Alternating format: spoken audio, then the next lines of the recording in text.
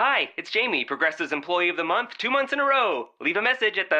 Hi, Jamie. It's me, Jamie. I just had a new idea for our song about the Name Your Price tool. So when it's like, tell us what you want to pay, hey, hey, hey, and the trombone goes, blah, blah, blah, and you say, we'll help you find coverage options to fit your budget. Then we just all do finger snaps while a choir goes, savings coming at ya, savings coming at ya. Yes? No? Maybe? Anyway, see your practice tonight. I got new lyrics for the rap break. Progressive Casualty Insurance Company and Affiliates. Price and coverage match limited by state law. Blog Talk Radio.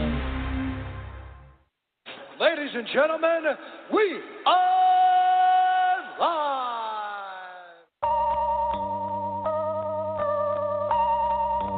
Lyrically, I'm untouchable, uncrushable. Running in a 600, running in a 600. Untouchable, uncrushable. Running in a 600, running in a 600.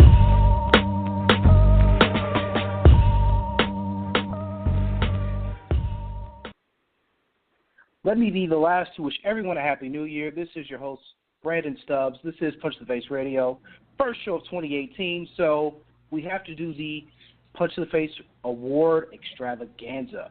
So I couldn't do this alone. You know, I had to have him on. First show of 2018. It's only right. It's only fitting. The incomparable, the legendary Adam Abramowitz, SaturdayNightBoxing.com. What's going on, Adam? I'm doing well. Had a lot of fun, some great boxing in 2017. We're going to have some fun awards to give out tonight and some good stuff. And before we head further, I just wanted to, I guess we've been doing this a year. I've been coming on now a year, and really enjoyed it. And I look forward to some great stuff in the new year. And let's get to it. Absolutely, my man. You've been a blessing to be a part of this show. I can't thank you enough. But we're going to definitely have fun tonight. And what I want to stress is people who call in tonight, we're going to take calls here after we hand out all of the awards. We want everyone to soak in all the awards we're listing out because there's going to be some I think people are going to disagree with us with. Some people are going to say, wow, you guys are really evil. And there's going to be others people are going to be like, yeah, that makes sense. So we're going to save the calls here to the end of the show tonight. So if you're calling in, just be patient in the queue. We'll get your calls after we hand out the awards tonight. But we're going to actually start off with maybe the biggest fish of all the awards. We're going to start off big. This is what we do at Punch the Face Radio. We're going to start off big. We're going to just put it right in your face to begin with. Fighter of the Year. Now, there's a couple of different ways you can go with this. I say if you're going to be Fighter of the Year, you have to fight at least twice a year. That's my personal criteria for this. And in my case, what I chose, who I chose for Fighter of the Year, was relatively simple for me because I looked at what they accomplished in 2017 and what it meant for the sport of boxing. So maybe you know the direction I'm going when I say that my Fighter of the Year easily was Terrence Crawford. I think him unifying 140 was so big. I think he kind of even made the momentum crossing over more to superstar status, if you will. And we're all kind of clamoring to see what happens next with him now that he is completely owned 140. Yeah, I mean, I went a little different direction for my pick, but you know, I was at Omaha for Crawford's fight against Ndongo, and you know he was masterful. And to be a undisputed champion in this day and age, when you have 4 belts and all the politics and all the different promoters, it's quite a feat. And throughout the year, and with Andre Ward having announced his retirement, Terrence Crawford is now my number 1 fighter in the sport. So what I'm about to say is no discredit to him. I think the world of him. I like his team. I like his people. I want to see him in the ring as much as possible. But I went with Srisaket Sor Rungvisai for my Fighter of the Year. And what's great about boxing is we all think we know everything, right? Or not we all think we do, but we act like we do. And, you know, we make our predictions and we feel like we have a handle on the sport. But what's fantastic is every now and then boxing has the ability to offer surprises. And if you remember the year when Glenn Johnson was Fighter of the Year, you know, when he beat Roy Jones and Antonio Tarver, and you're like, how the hell did Glenn Johnson come out of nowhere to win Fighter of the Year? I think it's kind of similar this year. So Srisaket Sor Rungvisai was a pretty much an unknown Thai fighter who his only really notable fight was against Carlos Cuadras in 2014, which he lost in a very close fight. Fight was stopped on a cut. And so Sorung Vizai the last 3 years was essentially just fighting smaller fights in Thailand. He was given a huge opportunity against Roman Gonzalez. Excuse me. He had a really bruising fight in New York on the Golovkin-Jacobs undercard. He was given a majority decision win. A lot of people didn't like that win. I thought it was more like a draw. A lot of people thought Gonzalez won. So it's very controversial. Roman Gonzalez was everybody's, not everybody's, but he was number one pound for pound in a lot of lists. He was kind of the big star in the lower weights. HBO was building cards around him, and then suddenly he gets dispatched. So there's a rematch in September, and Rung Vizai, who was anywhere from about a 10-1 underdog the first fight to 15-1, still is about a 3-1 underdog in the second fight. And he goes out in LA and just he just destroys Gonzalez. Fourth round knockout, beautiful right hook. He was the fresher fighter. He fought, he was the one that was putting it on the line. He made Gonzalez look cautious and hesitant in the ring, unable to pressure. And this is Roman Gonzalez, like one of the best pressure fighters in the sport.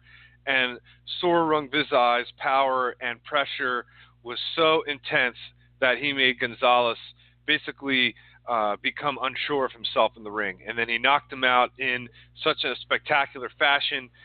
For me, when you're fighting essentially the number one guy in the sport and you fight him at least to a draw and then knock his ass out, that's my fighter of the year.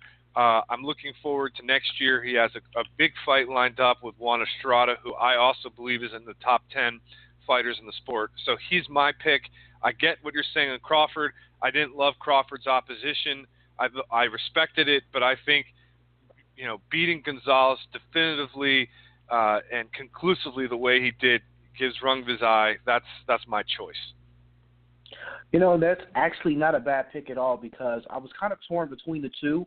I think maybe the only other option you can say in this discussion for Fighter of the Year is possibly Anthony Joshua. I know some people are kind of enamored with Lomachenko and him making opponents quit, but I kind of look at the bigger body of work and what it meant to the sport of boxing this year, and Crawford, I'm going to butcher his name, Riggensod, just butchered that, and Anthony Joshua.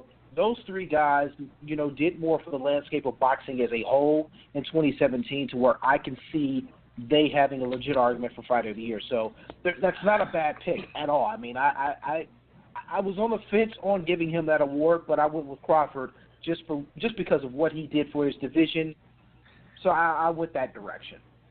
Yeah, and I don't think either of those are bad choices. And both of them are exciting talents. Both of them accomplished a lot this year.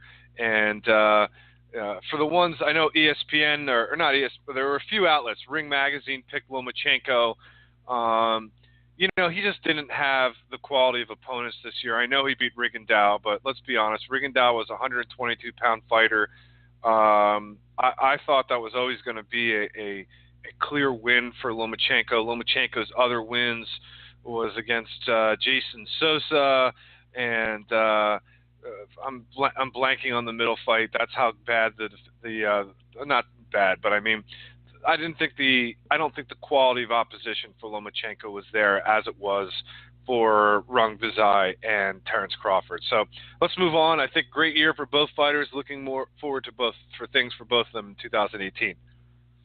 Well, let's maybe then segue here to upset of the year. What direction did you go with upset of the year in regards to boxing in 2017? Yeah, I mean, I thought, right at the end of the year, the Caleb Truax over DeGale. James DeGale was, considered either number one or number two super middleweight in the world. He fought a great fight in January against Badu Jack, which, some think Jack may have squeaked by, but it was a fantastic fight. Caleb Truax was, 15-1, 20-1, 30-1. It depends on what you looked at, I mean, I wrote about this in my end of the year piece, which is on SaturdayNightBoxing.com. It's my awards for 2017. Truax was brought in as opponent for 3 reasons. One is that he works with Al Heyman, like DeGal. Second is he was in the top 15 of the IBF rankings. And the third is that he was not seen as a threat. I mean, he was brought in. I mean, DeGal was talking about unification fights and talking about what was coming down the pike in 18. He looked at Truax as a tune-up fight. I mean, nobody thought Truax would win. Honestly, nobody did. Nobody, absolutely nobody did. Caleb Truax probably did. His trainer did. His mother might have. His girlfriend did. That's it. I mean, that's how shocking that upset was. And congratulations to him. He fought a great game plan. Basically, he fought a DeGal who was less than 100%, but so be it. You know, I don't think DeGal was fully recovered from the Jack fight. But Truax, basically, whenever the action was in the corner or along the ropes, just jumped all over DeGal and understood how he needed to win the fight, seized his initiative, seized the day, and basically won the fight. Getting a majority decision win in England is no small feat, and it was deserved. So that's my upset. How about you? I would say I would agree, but I'm actually going to get a slightly different direction, and I'm going Roman Gonzalez, Saur Runganzai Part 2 for the simple fact of, you know, the first fight, some thought, you know, Roman did enough in the back half of the fight to squeak it out and win. He ended up losing that decision. So for Saur Runganzai, I don't know, I'm totally butchering his name. God bless the That's kid. okay. Actually, that was pretty good. That was pretty good. You know, here in the rematch, he said, all right, you guys called me for short. You don't think I won the fight. All right, that's fine. He goes out and he knocks out Roman.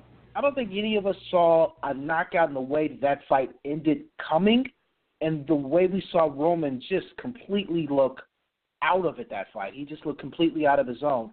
Kind of the same reason why you named him your fighter of the year, how he made Roman look human. And we hadn't really seen that. And he just took it to that next level in that rematch and knocked him out. So I have to give him the edge on that for the upset of the year because no one saw that happening in the rematch.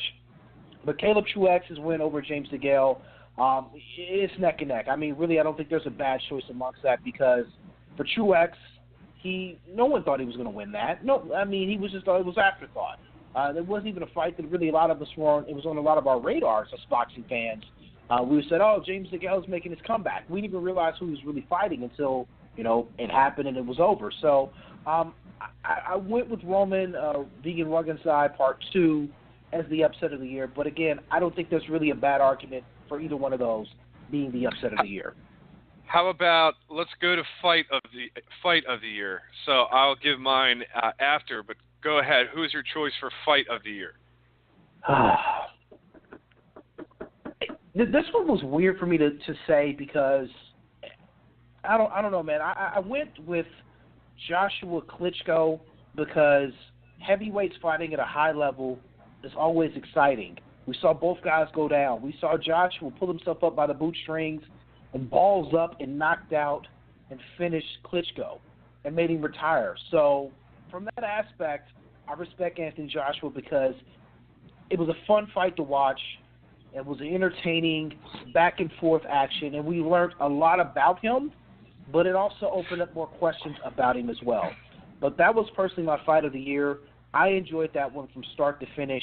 There was really no other choice for me. You know, I see some people saying Canelo, Triple G. No, that fight didn't end the way we thought it was going to end, and we have no winner. So I had to go with a fight that we actually had a winner on.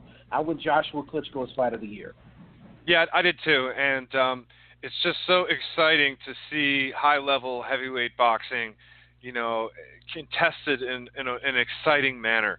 I mean, we've probably had 3 or 4, I'd say, high-level quality heavyweight fights in the past 15 years. I mean, it's been that barren. And to remind yourself what heavyweight boxing can be, you know, with big guys going for it, with knockout power, with wild swings of the fight, both guys getting knocked down, Klitschko, the old warrior. You know, the best part about that fight to me was not that Klitschko got knocked down early, but the way he went after Joshua in the 5th round after that first knockdown. I mean, that was my round of the year, but the fight of the year was so exciting because Joshua had to have a gut check. I mean, Joshua was hurt far more from his first knockdown in the 6th round than Klitschko was. Joshua needed like 2 or 3 rounds to recover. I mean, he was hurt in a way that he had never been hurt as a professional. He had to ask questions of himself that were never asked before, and he had to pull through it. And that was riveting stuff. And the way he came back, the uppercut that he landed in the 11th round, that right hand that that literally lifted Klitschko off the ground.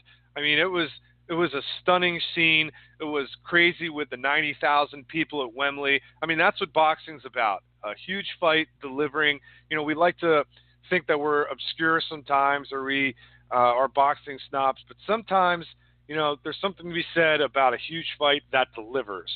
And Joshua Klitschko did that, and it was so much excitement, and it was great for the sport of boxing. Absolutely, and as a boxing fan, that's what we want. We want something that's exciting from start to finish, that has us talking and us wanting more, and that's what it did. Like I said, it answered a lot of questions about Anthony Joshua going forward, but it also raised some questions as well, and I think that's what makes this fight exciting and the fight of the year here for us.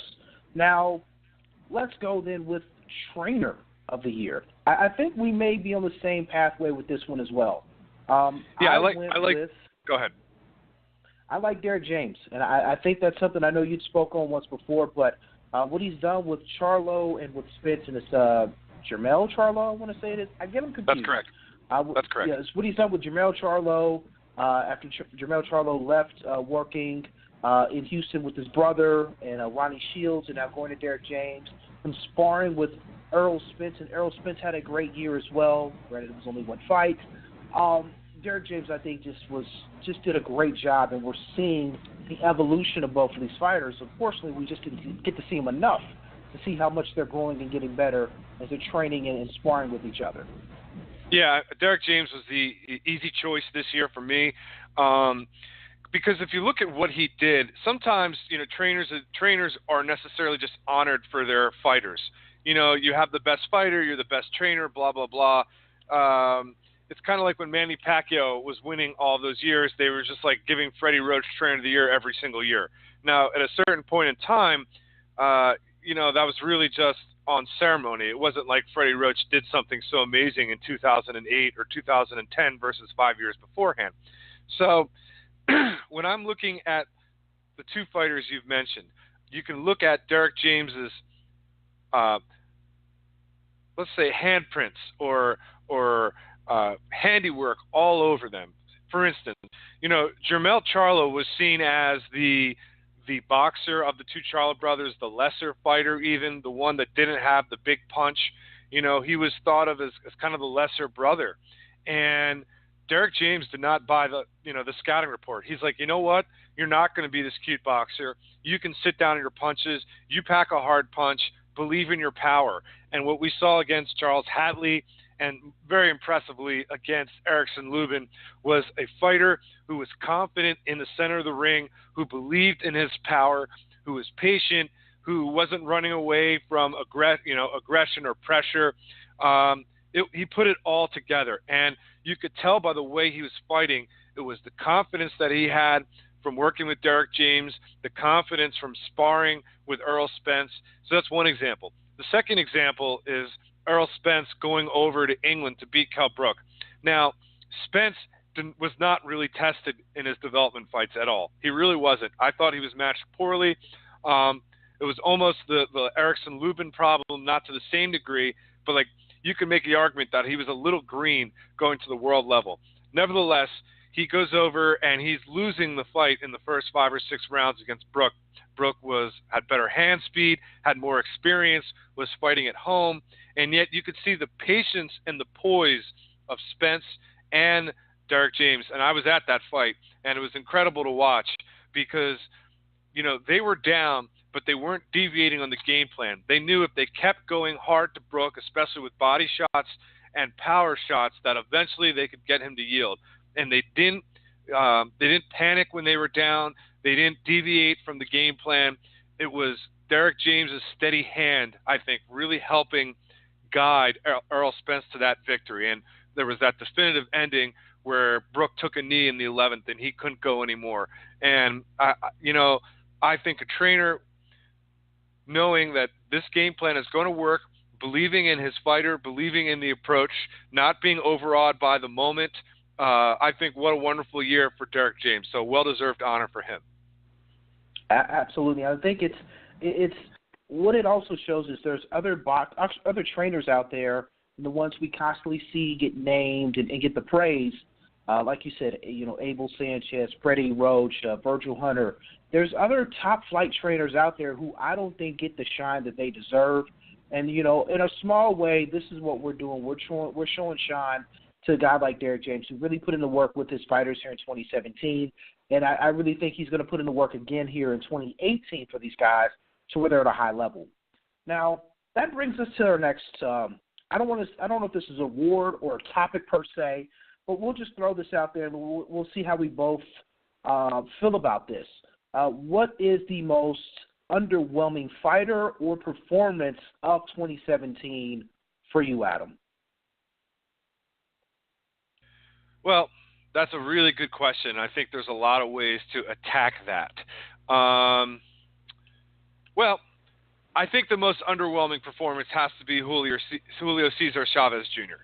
I mean, oh God. I know you went there. You were a Chavez guy. You were kind of on the hype train.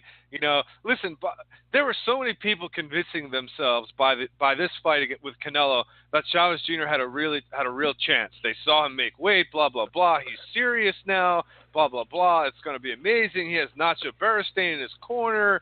He could put it all together. He's going to be huge. And the guy is a fucking stinker in the ring. Like, he does not win one round.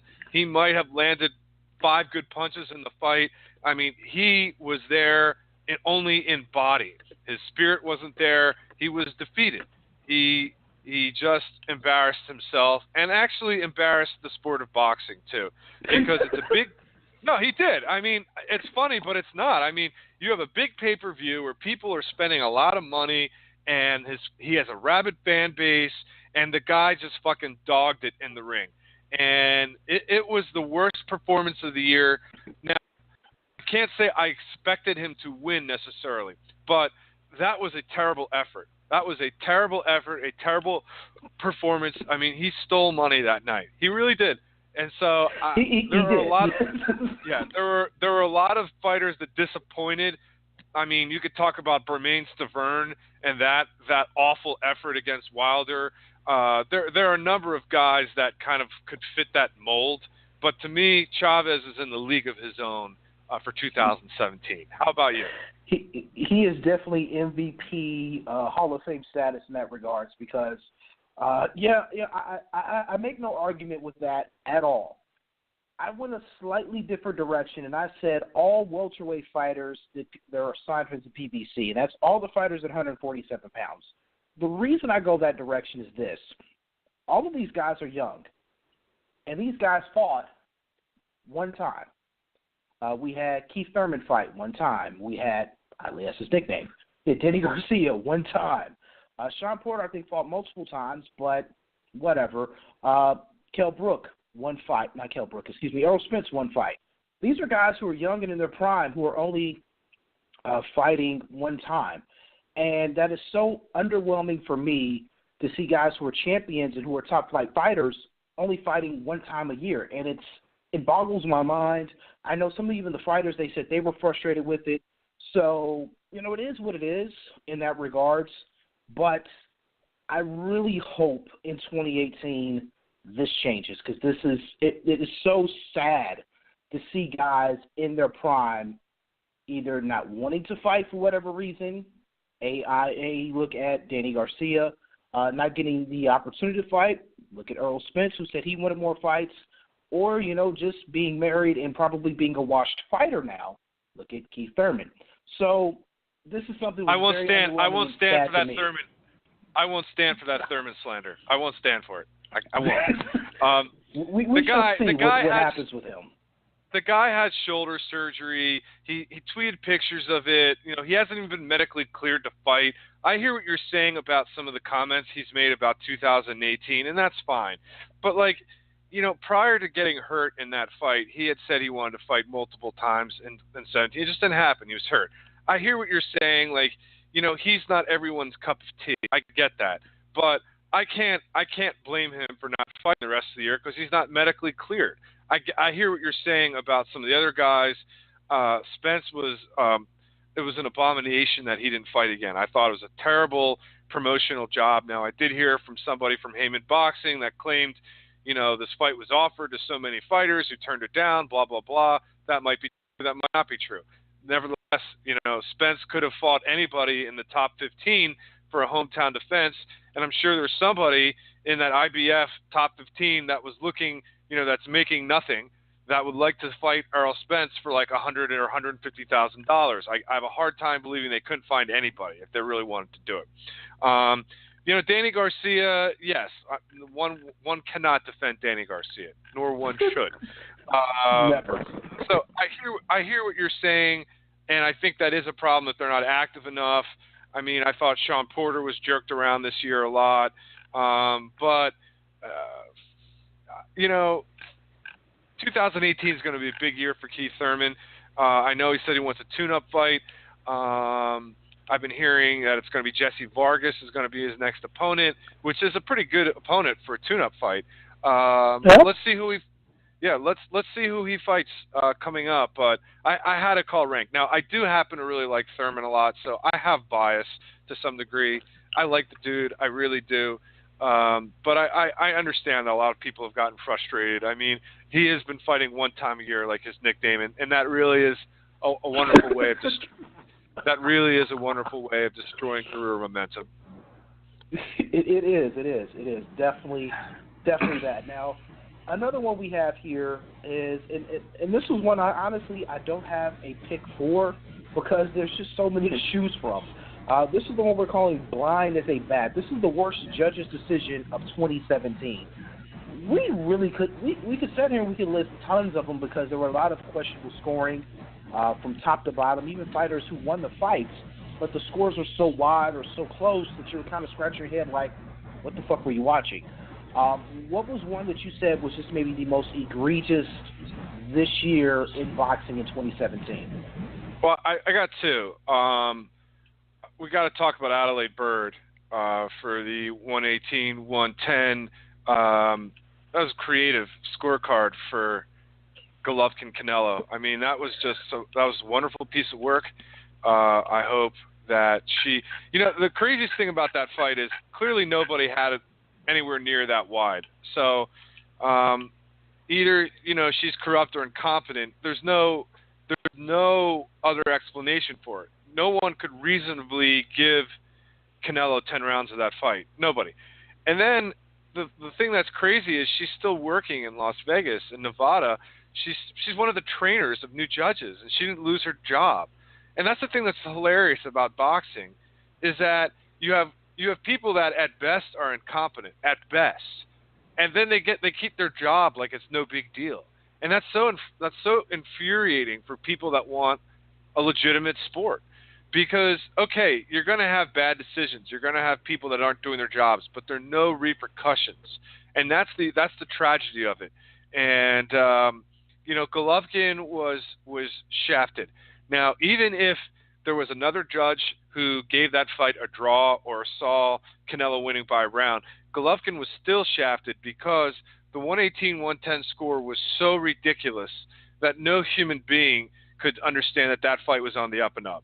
Like, that is just a judge who was not there that night or was doing a different type of job than the one that was asked about, which is to be impartial and fair. She was neither of those two things. So I have that. And then before we get to your answer, I got a smaller fight that I want to talk about because two of the judges were so ridiculous that it marred a really good fight. It wasn't a big fight, but it was one of those things where it was for a title, and it really messed up a guy's career. And I'll tell you that in a second. The fight I'm talking about was Robert Easter versus Dennis Shafikov, and it was in Robert Easter's hometown, and it was in Ohio.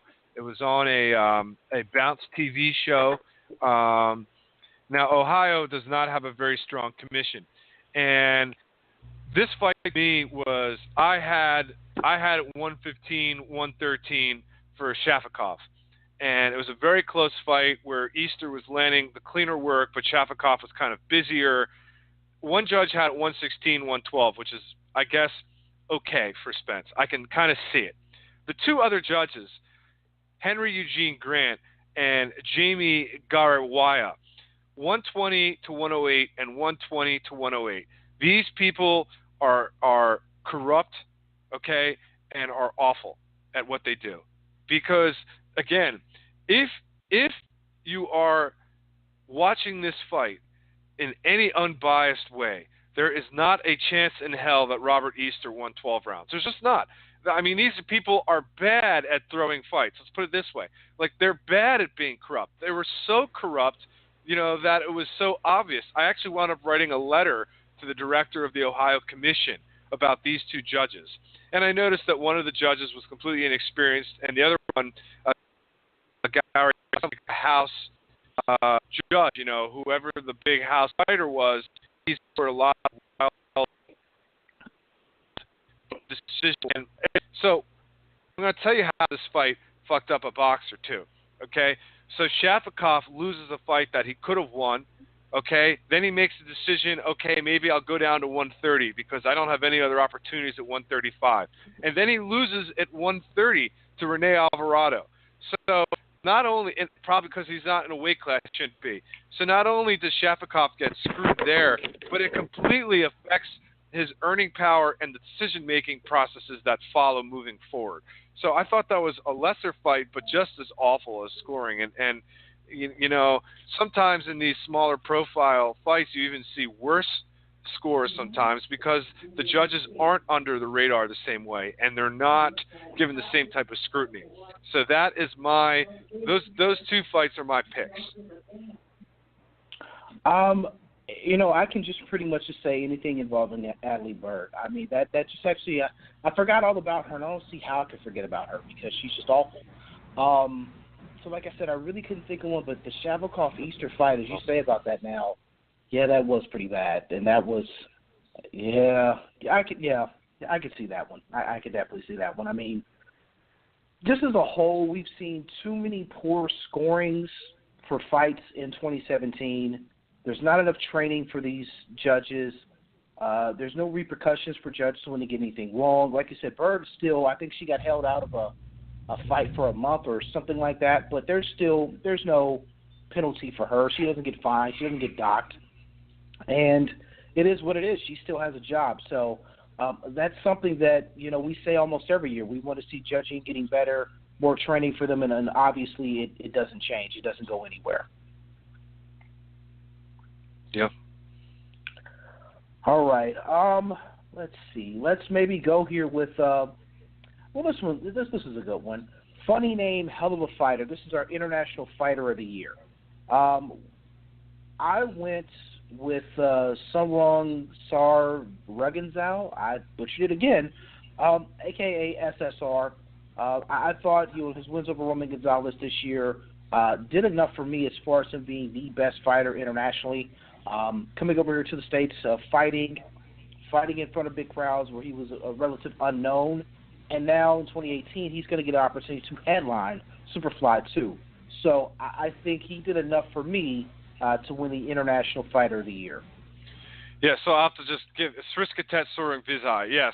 I already gave him my Fighter of the Year, so I hear what you're saying, and I can't argue that. So naturally, if he's my Fighter of the Year, I will, he could be International Fighter of the Year too. But I want to go one other name because I've always messed his name up, and I usually don't care about getting names right until they're good enough where it matters to me. So now I have to spell their name right and pronounce it right, and that's Alexander Gvozdyk.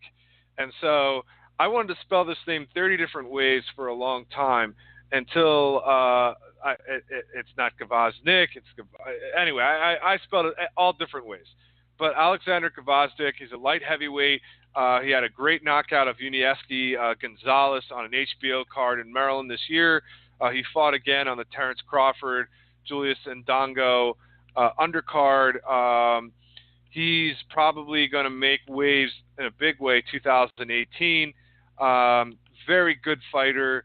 And I'm only using this name because that was a name that I constantly butchered. So now, because he's good enough, and I actually met him and interviewed him, I now know his name. I can spell it correctly and pronounce it correctly. So congratulations to Alexander Kvasnik, and big things ahead hopefully in 2018. Yeah, absolutely. Okay, well, that's a solid pick.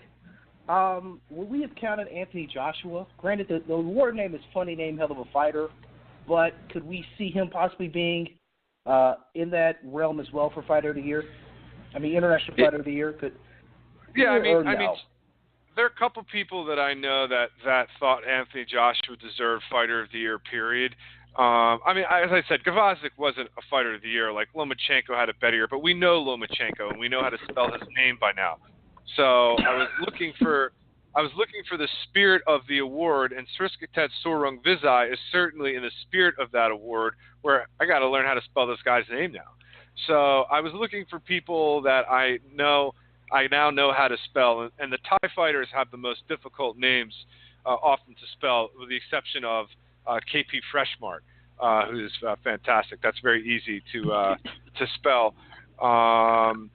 So Anthony Joshua, I kind of always could kind of master that spelling, so I didn't put him in consideration for this award.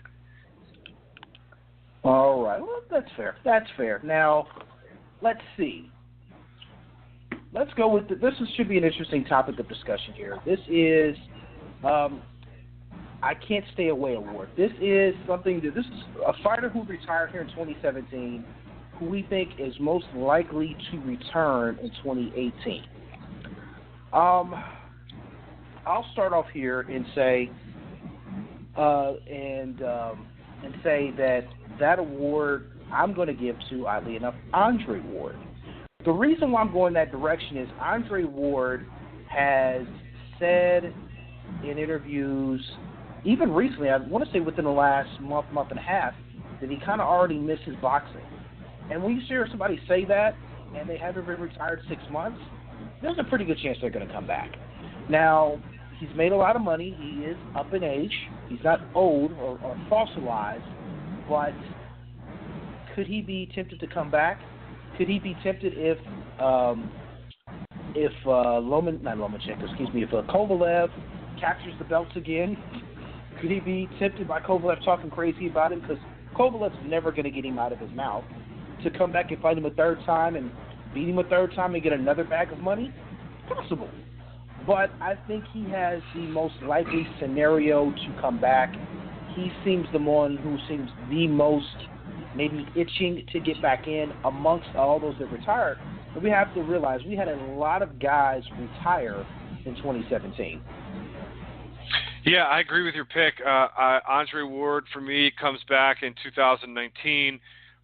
There are so many interesting light heavyweights right now between Kovalev and Bivol and Beterbiev and Badu Jack and Stevenson, and you got all these guys, and somebody's going to emerge. I'm not saying they're all going to fight each other, but somebody's going to emerge as, the new golden boy, whether or not it's Bivol or whether or not Kovalev retains his scenario, his position by beating all these young up-and-comers.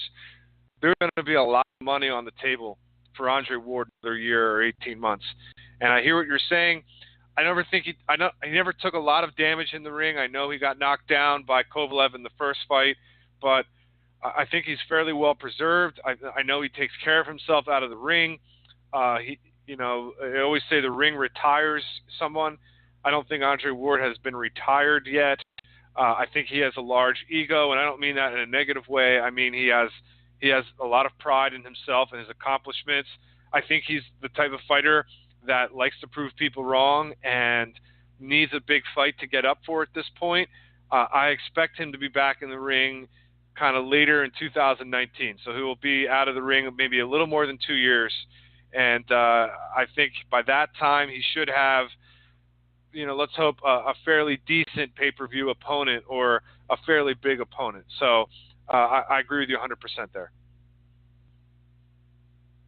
It's funny you say 19. I think that gives him a better chance of getting out of his Rock Nation deal because come 2019, there's no way in hell they're going to still be around. If they are, no, he's gonna resign with Top Rank. I could see it now. He's gonna have like a 3-fight deal with Top Rank to come back, and he either gets a tune-up and then a big fight, or then right to the big fight. But I see him signing with Top Rank, which is interesting because Top Rank's on ESPN now, and Ward is a commentator for HBO. But maybe Ward promotes himself. Who knows? Maybe Ward goes that way, and he fashions a deal with HBO, and he's his own Andre Ward Promotions or whatever, SOG Promotions. But I see him coming back after a couple of years. You know, that's kind of a perfect segue with you saying HBO and ESPN. The next award we want to name out is We're Done Here. This is a fighter we have no interest in seeing on television in 2018 after their performances on television here in 2017. Again, there's a lot of different ways you can go with this one. I went with maybe the easiest, and maybe it's kicking a dead horse, but I went with Guillermo Rigondeaux for the simple fact of he talked all this stuff on social media. Let me rephrase that. His social media manager talked all this stuff on social media, and then to see the effort that was given against Lomachenko and then quitting and then saying something was wrong with your hand and only find out she just had a bruise on it, yeah, I can't rock with that. I don't want to see him on my television anytime soon.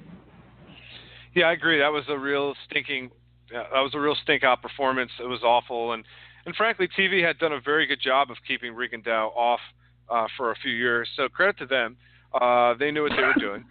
And, you know, for the 5 or 10% of hardcore boxing fans that love Rigondeaux, I never understood it. Like, I understood his skills, and I like defensive fighters, but there's a certain threshold where I feel that fighters have to cross offensively that I need to care.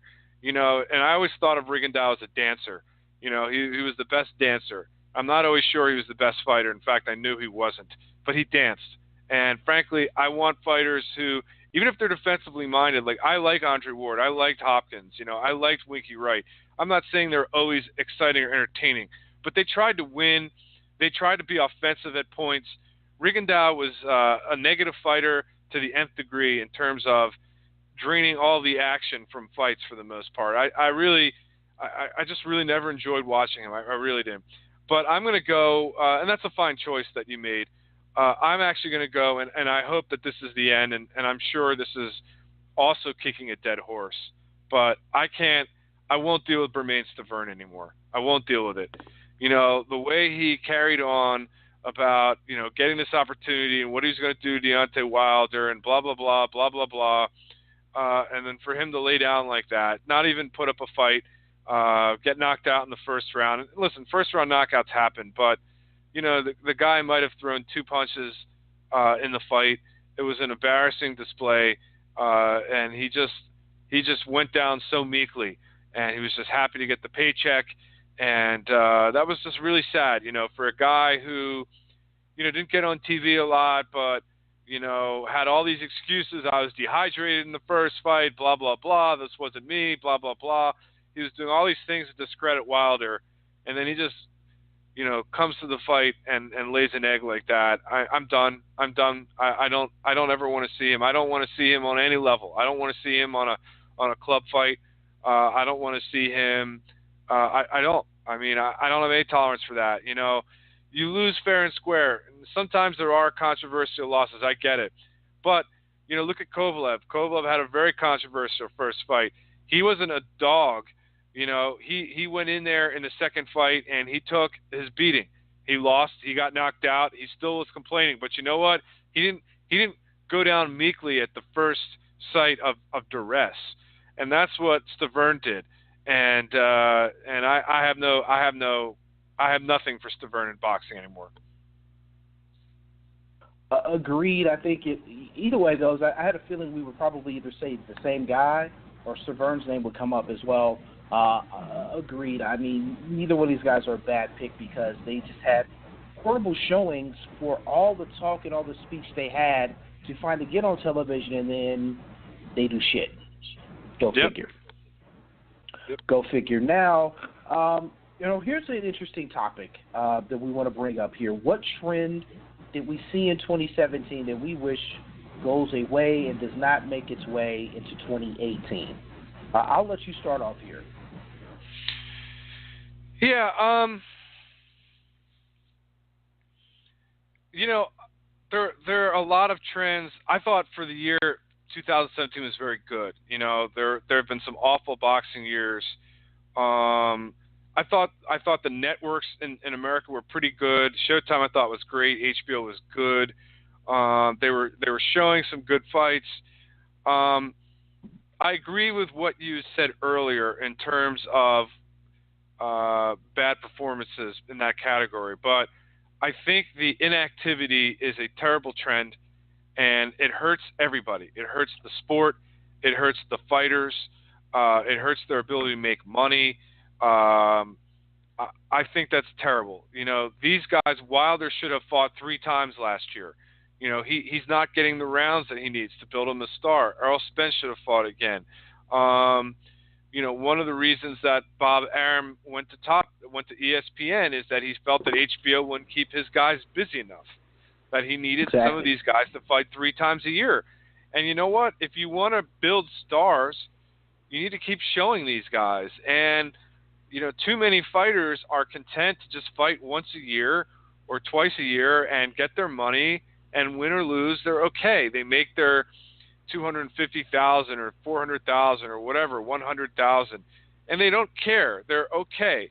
They're okay with that scenario, and it disgusts me because I think it robs the fans, and I think it hurts the sport. So this trend did not start in 2017, but some of the powers that be are not doing enough to ensure that their fighters are staying busy, and that's a big problem for the sport. And it's not going to be easy to rectify this problem, because let's look at the PBC stable, for instance. They're now down to 1 premium network with Showtime. Showtime doesn't have enough dates to get all of the PBC's best fighters 3 fights a year. So what's going to happen? And they've boxed themselves into a corner. The other networks that they had as part of the PBC have all pretty much pulled out. Maybe Fox will have a few more shows in 2018, but this is a trend that's not going to go away, sadly. But it is a bad trend for the sport. I'm going to go a different angle in regards to bad trends, but this is a trend that kind of goes across the board for all athletes. And in boxing, we've seen this here recently, was really just sad, kind of for 2 folds. I want athletes to stay off of social media, and in boxers in particular. We've had this happen quite a bit. We've had guys say off-key things, Ahari Davis, Gervonta Tank Davis. Those guys here in the last month have said stuff that have definitely got a lot of backlash about. And then on the same token, we have guys like Guillermo Rigondeaux, whose social media handler tweeted all this stuff about him, going out and winning fights, and he goes out and looks like shit when he fights Lomachenko. So, I mean, it's one of those things to where I just want them to stay off of social media. If you're not tweeting about your training, I don't want to hear about it. I'm kind of mixed with that, because I like people that promote their fights. So, like Tony Bellew in England is a guy who, sometimes says some really stupid things, but I think he's done a very good job of self-promotion. I think it could be done very well. Anthony Joshua certainly promotes himself pretty well on social media, except when he claims he's hacked because he was starting a fight with Eddie Chambers, of all people. I don't know, whatever. Weird shit. But I don't mind. I want fighters that want to take an initiative in their career, and by promoting themselves, I don't think that's a problem. It's just I think so few of them do it the right way. I mean, maybe the answer is these big companies, let's say Heyman Boxing and Top Rank and Golden Boy, it wouldn't hurt them to make their fighters go through a couple hours once they sign their contracts, or maybe once a year, from some expert in social media. I don't think that type of training would be bad, and frankly, it would be welcomed. And I don't want that to go. I don't want that to go away, because I think it's a valuable tool. But I hear what you're saying. A lot of these fighters deserve themselves. by putting some of the stuff they've put out there. And look at, I mean, Amir Khan is a great example too, of just they make themselves into laughing stocks, and you know, they don't realize it, and it hurts their career. It does, and it definitely kind of paints them in a weird and funny light in regards to that. So, you know, it's just one of those. I just kind of want them. I want to, you know, think before they hit the send button. You know, we did see this in the early. It's weird that I can say early years of PBC. It's been around that long, but a lot of times we see the same tweets going out when fights were happening and when fights are on from several different fighters' accounts. Yeah. So we know that fighters can have social media managers who do their tweets for them. I want them to kind of go maybe towards that direction and not speak so freely on social media because it can get you into some trouble. Which kind of leads me to the next thing here. We've only got a few more of these here left. This was a good one. We're going to name our inaugural Adrian Broner Award. Now, yes. Let me set the premise for this because I know you're going to say, well, why are you naming an award after Adrian Broner? This award is for someone in boxing who constantly bucks up. No matter how many steps forward they take, they go and they take 17 backwards. Or as my grandmother used to say, you just shit and set in it. That is what the Adrian Broner Award is all about. It's for someone in boxing who pretty much shits and sets in it. Now, with this being the inaugural award, it goes without question saying the winner is Adrian Broner. Let's face it. You know, early in 2017, he said he was going to be a role model. You know, he was going to improve himself. He wanted to be a better father, better role model to the public. And he's out socking people out in the streets in Las Vegas. He's out getting arrest warrants issued for him. He's beefing with Gervonta Tank Davis, and Tank Davis going on TMZ calling him an alcoholic, but then they're partying on New Year's Eve. Go figure. Just everything that embodies Adrian Broner is just wrong. And I want every young fighter, if you're a young fighter listening to the show, or if you know a young fighter, have them listen to the show, and especially listen to this line. See what Adrian Broner does and do the polar opposite. If you do that, you'll be fine. It's very tough to argue against Adrian Broner winning the Adrian Broner Award. Let me just preface that. So that's a good choice for this award, Brandon. So well done. I can't argue with Adrian Broner as the winner of the Adrian Broner Award, but let me give one other fighter that I think deserves some scrutiny. Andre Durrell. So if you were a fighter to look at some of the worst trends in boxing, you have a guy who is very inactive. You have a guy who always starts issues. He and his brother's team in the ring, outside of the ring, and then Andre Durrell, for the second time in his career, milked a disqualification from an opponent after being hurt by acting on the canvas against Jose Uzcategui, and in a fight he was losing, and just a shameful display. Shameful. And he did that against Arthur Abraham. That was perhaps less shameful, but he certainly milked the time on the canvas.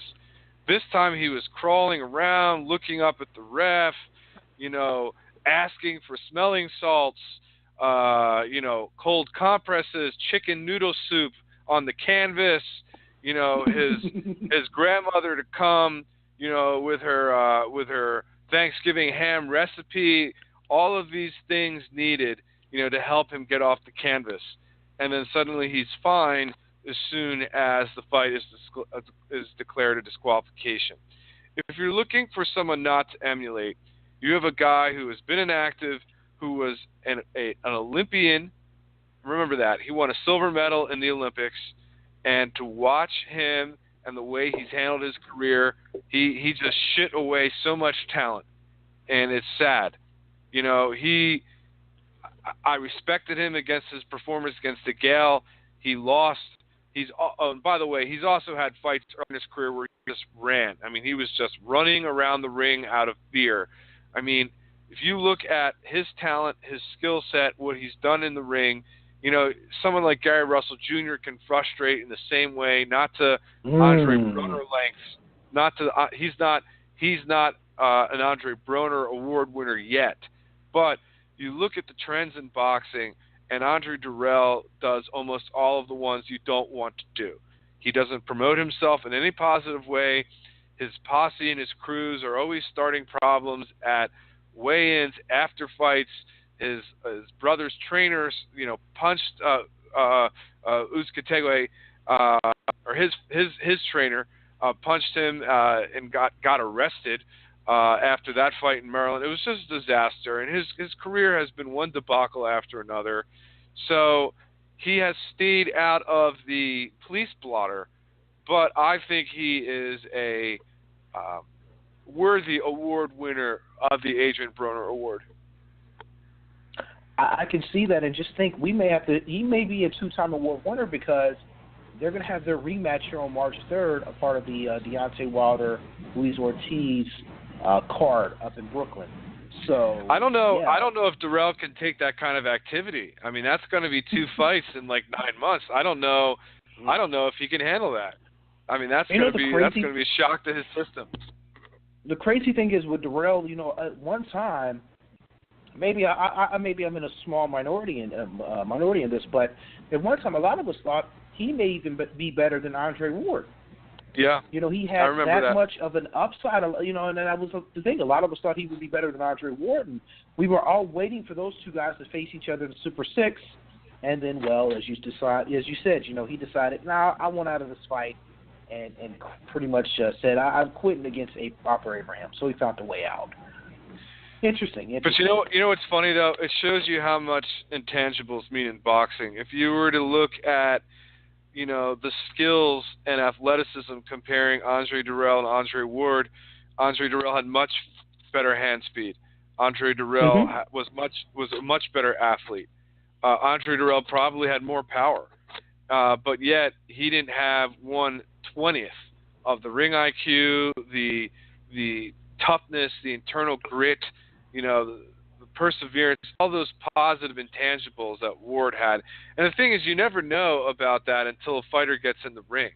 And so Andre Ward, I would say he far surpassed expectations, because there certainly were a lot of expectations for his career.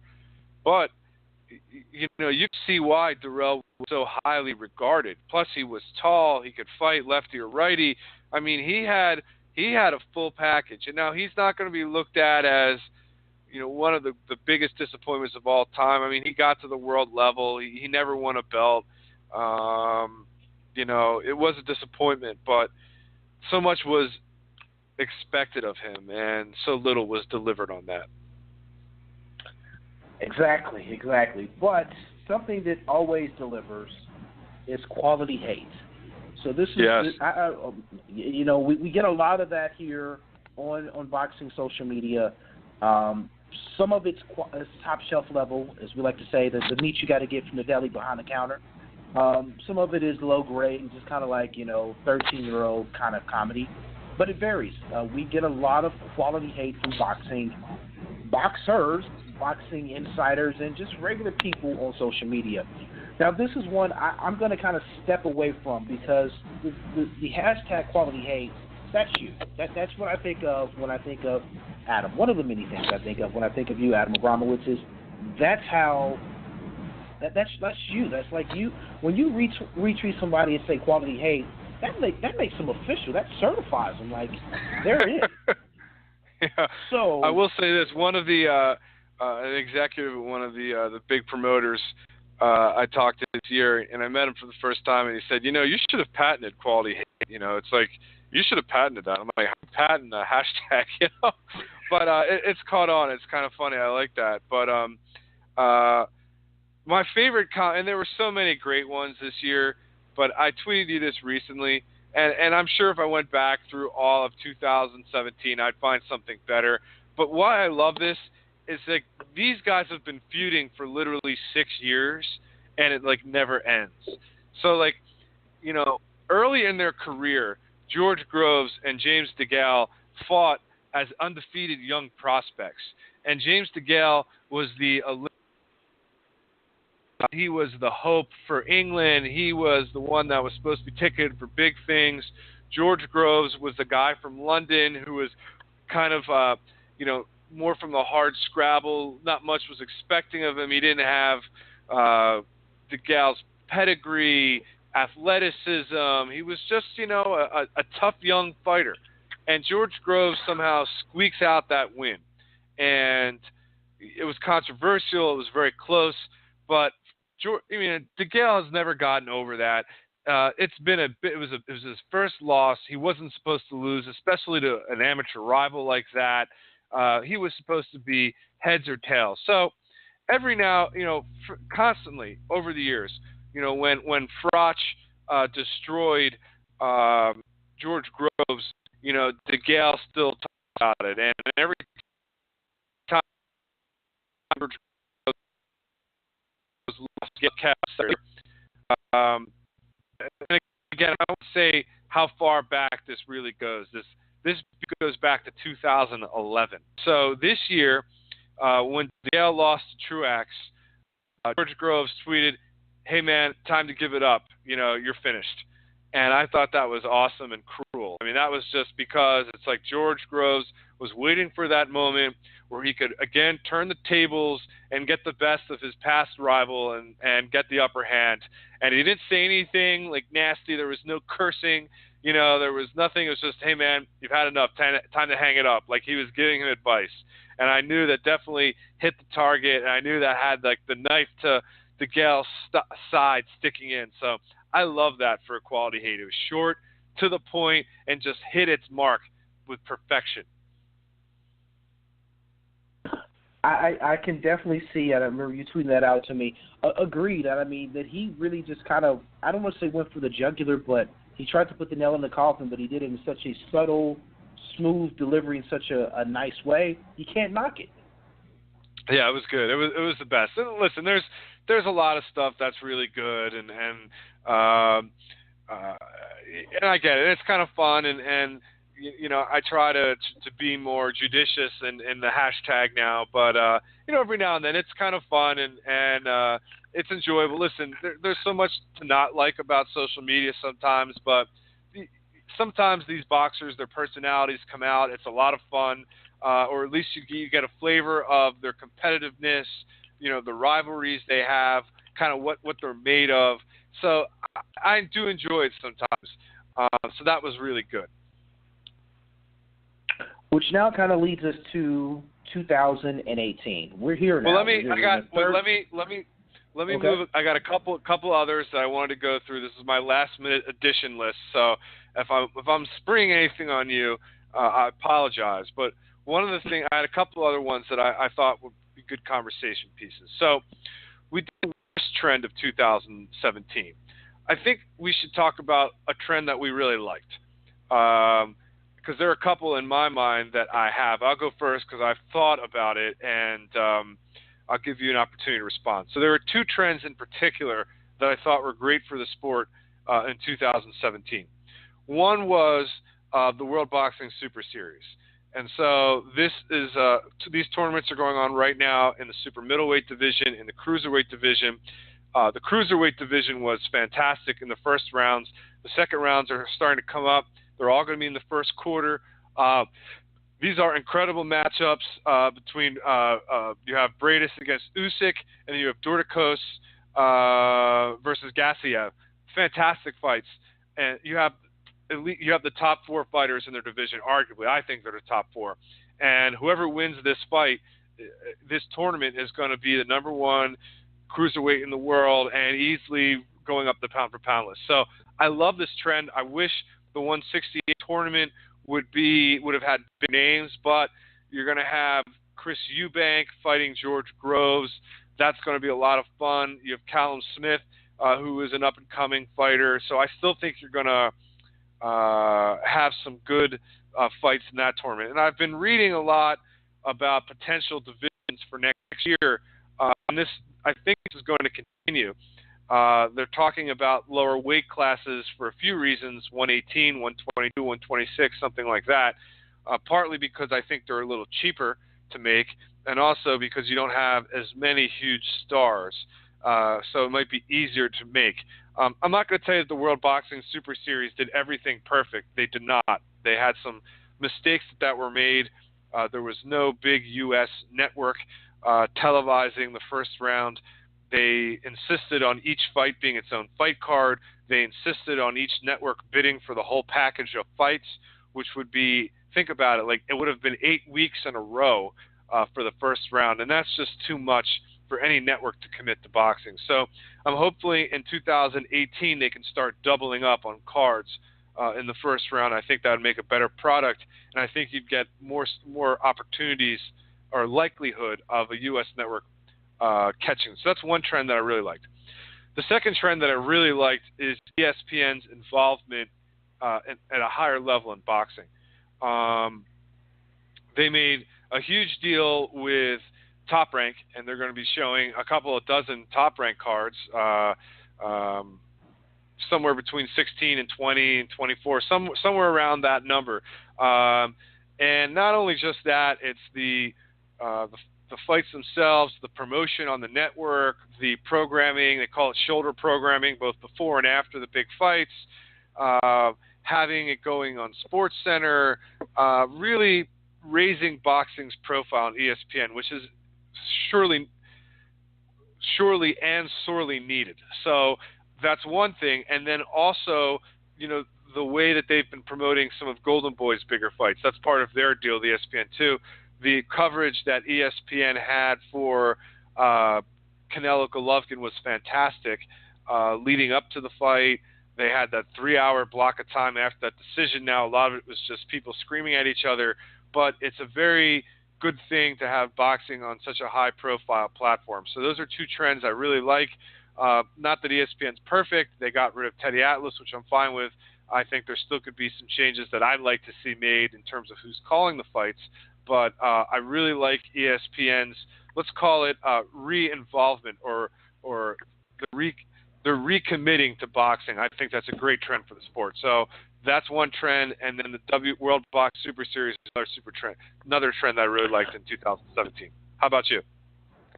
That kind of gave me an idea. One thing that I do like that we've seen more of, and it's the smaller weight classes getting shine on not only on HBO with Superfly. We've seen Lomachenko, who's a smaller fighter, on ESPN, and him having one of the highest rated fights on the top ranked deal besides Manny Pacquiao's fight against Jeff Horn. So we're seeing that trend go to where the smaller weight classes are not only getting opportunities to headline cards, but people are actually tuning in and watching these cards, which makes it even more important that not only are they just good fights that people are interested in, they're interested in these fighters as well, and I think we're going to see that trend continue on. Like I said, we already have Superfly 2 booked here for February. I think this is a trend that I hope we see more and more of. We get more fresh faces in boxing, because boxing doesn't start at 140 pounds and goes up. It starts at weight classes way below, and I'm glad that those fighters are getting an opportunity on network television and on premium cable to showcase themselves and build a name for themselves here in the States. All right, I want another award. I want to call it the Alan Greenspan Award. Alan Greenspan was the former chairman of the Federal Reserve. He set monetary policy for the country.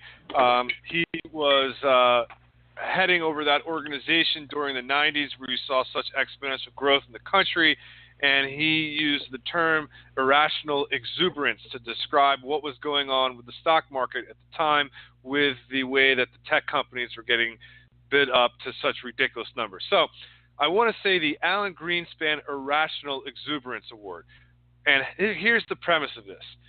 Who is a fighter? He doesn't necessarily have to be a prospect. He could be somebody that's a little higher up. Is there somebody that you are so excited about now in 2018 begins, based on what he did over last year? Meaning, for whatever reason, you are so rosy, you are so gung-ho on this guy's future, you are completely on board, you're on the bandwagon 100%. This guy is absolutely incredible. So maybe it's rational exuberance, maybe it's irrational exuberance.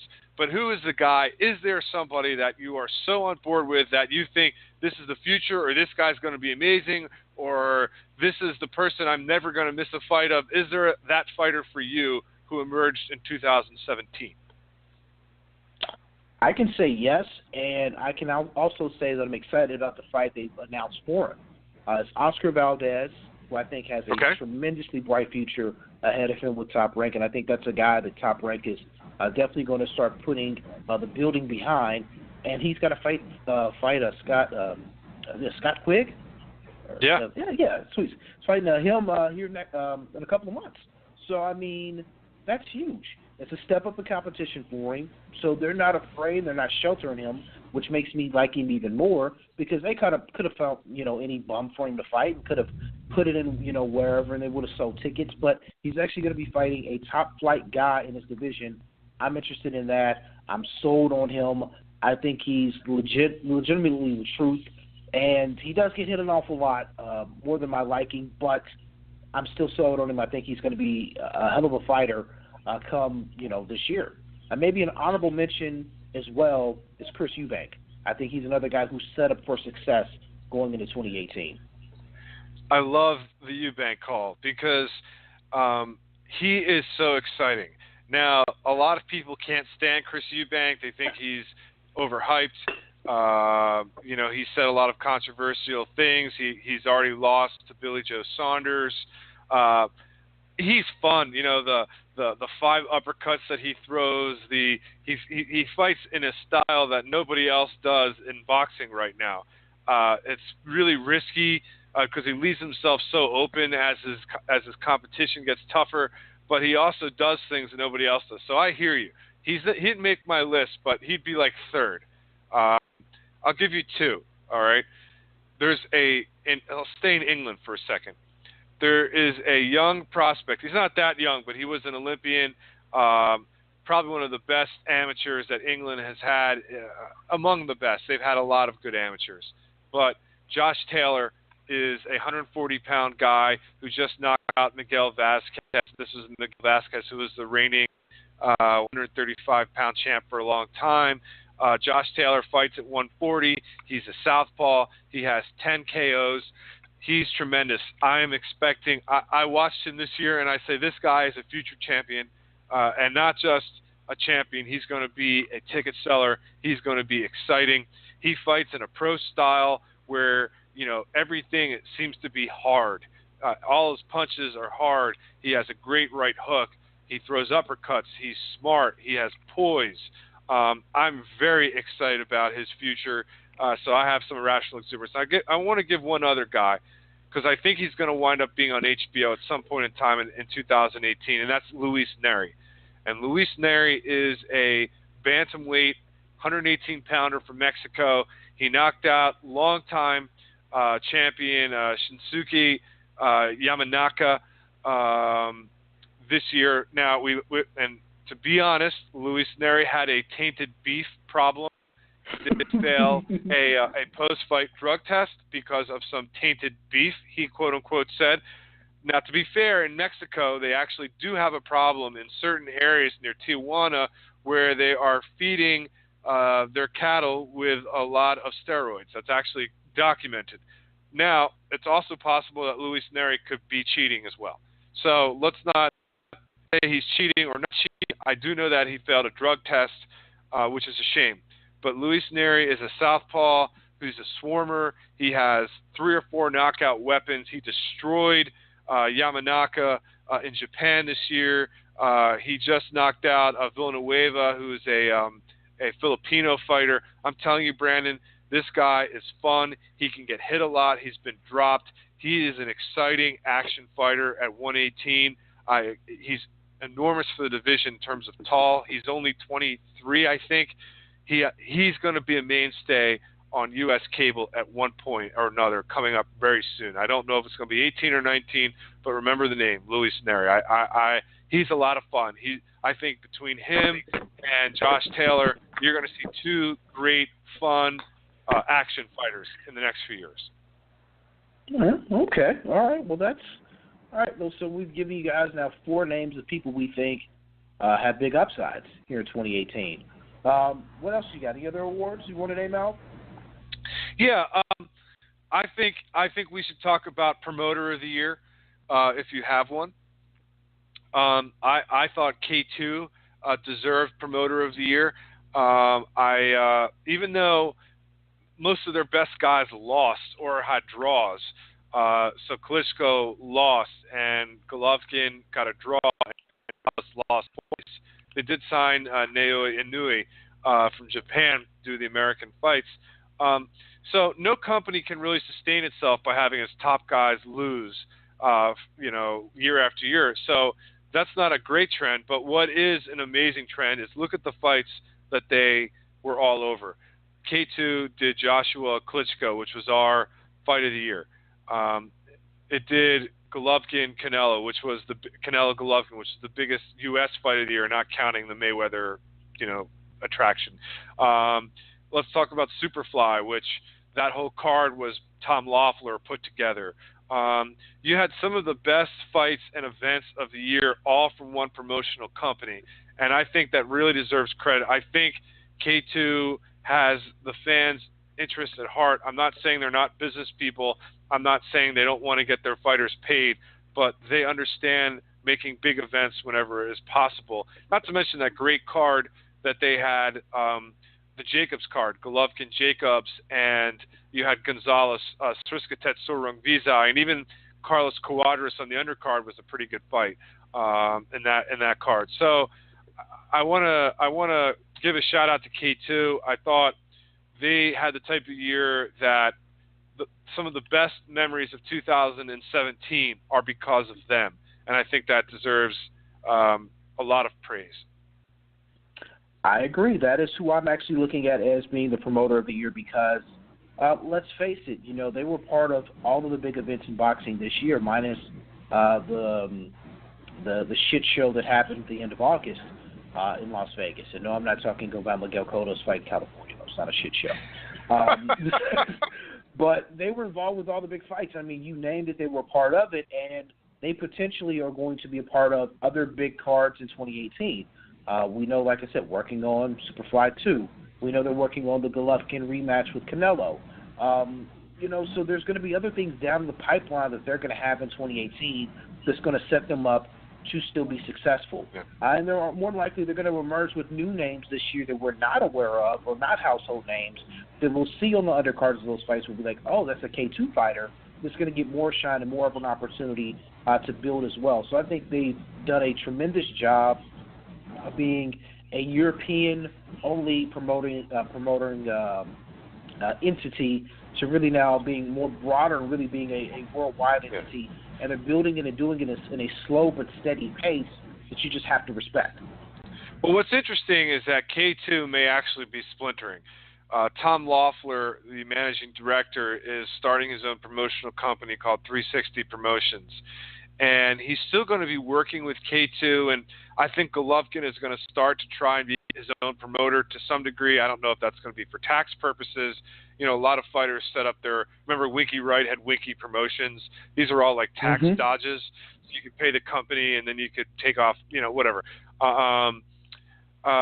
So I don't know if K2 is going to wind up being what it is now. So it may be something very different soon, but I was very pleased with the year that they had in 2017. I don't think – Eddie Hearn had a good year in England. I don't think it was his best year. Golden Boy had a couple of good events. I don't think, Top Rank made a big move to ESPN, but I don't think there were that many wonderful fights that they had. I think K2 was the easy choice this year. We'll see what happens in the future. I also want to do a shout out. We do give the PBC shit a lot of times, and a lot of it is reasonable and a lot of it is necessary. But I do want to say I always pick in my year-end review the network of the year. And usually I do the big networks, whether it's usually American or British networks, the ones that are showing the top fights. This year I picked Showtime, and I thought Showtime had a fantastic year. If you look at all the fights that Showtime had, going from Klitschko Live to and Showtime and its affiliate networks. So they had Showtime pay-per-view and CBS and blah blah blah. Mm-hmm. You know, they had Thurman Porter, they had Badu Jack, James DeGale, they had the Kitrov Aleem fight, which was fantastic. They had that really good card with Jared Hurd against Austin Trout that had Charlo winning. Yeah, with all the 154 guys, yeah. Yes. I mean, they had a great year, and almost all of those were PBC fights. So they did get some good content from PBC this year. There were a lot of very good fights that they had. There's things we don't – I mean, they also had Spence Brook. I mean, they had a lot of good fights. There are things we don't like about how that side of the street sometimes is organized or runs or promotes itself or conducts business. And that's fine. And a lot of those things will remain valid. But I think for 2017, Showtime in particular, but PBC, they put some really good fights together. So I wanted to give a shout out there. I thought HBO had a good year too. I really do. But Showtime, I thought, had a fantastic year, and I wanted to give them some props for that. Yeah, no disagreement here at all in regards to that, because we, like you said, we give PBC a lot of shit, but as far as Showtime goes, they try to get it as right as they can. I don't think Showtime just wants to put fights on to put fights on. They've done a lot better job of selecting and saying, yes, we'll take this fight, or no, we won't, or rejecting fights. So, yeah, I agree. I mean, and really, HBO for the first part of 2017 was really slow. And then they kind of picked up here towards really the back half. I'm going to give them a slight discount for the simple fact of they put Canelo and Chavez on pay-per-view, and we saw how that happened, and I'm still bitter about that. I hear you, man. I've learned my lesson now. I will say this. I mean, I will be out there this Cinco de Mayo of 2018. It's already situated. You know, room is booked. I have no idea who's going to be fighting, so this was already pre-planned, so I don't want anybody giving me shit about me going to the fight and it sucks, because I'd already planned this ahead of time, so I have no idea what's going to happen Cinco de Mayo weekend this year. So don't give me shit if the fights suck.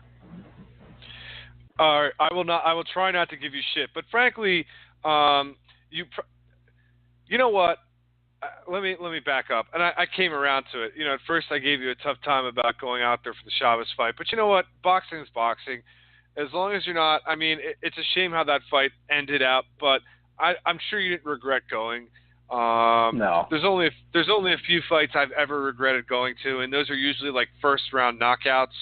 I hate first-round knockouts, especially, you know, the times where I'm paying for tickets – and then you go and you're excited for a fight, and then it's over in 45 seconds, and then you feel really weird because you spent money or you spent time to get your transportation or hotels or whatever, and the fight you really want to see is over in 45 seconds. It's a very weird feeling. Even if the knockout is cool and legit, it's just like I didn't really get my money's worth, even though that was a cool knockout. I hear what you're saying. I will not give you shit. Live boxing is always fantastic. And, you know, my first fight of 2018, I'm going to go to the Spence Peterson fight in New York, and I'm really looking forward to that. So there's a lot of good fights on the undercard that I like as well. So I'm looking forward to that. So that's all I got for awards. So let's move on to 2018. And one of the things that we can start, and I know you have some things here, I have some things, is – and I posted this, and I got some great answers on my site, SN Boxing, and Facebook. I also tweeted out SN Boxing. Crystal Ball, if you were looking ahead, who is your fighter of the year in 2018? And what that means is not who do you think is the best fighter coming out of 2018, but who has the fights that are in play to become the top fighter. So you have to actually think ahead in terms of who might actually get the opponents to become that guy. So if you had to predict who you think is going to be the best fighter of 2018, who would you say it would be? Ooh, this was weird. My heart wants to say, and this is the craziest thought I'm going to have in a while, my heart wants to say Tyson Fury. Because I know, right? I think part of me really thinks that he could potentially get, 2 heavyweight title fights before the year's out. But there's so much, if he can get into shape, he's going to be able to get licensed by the sounds of it now. My heart because I really want him to do good. I really think he's a great piece to add back to the heavyweight division. That's what my heart says. My mind says what could end up lining up perfectly for somebody, and it's kind of a co-answer. It would be Sergey Kovalev or Dmitry Buev, because those two guys are on a collision course to fight each other.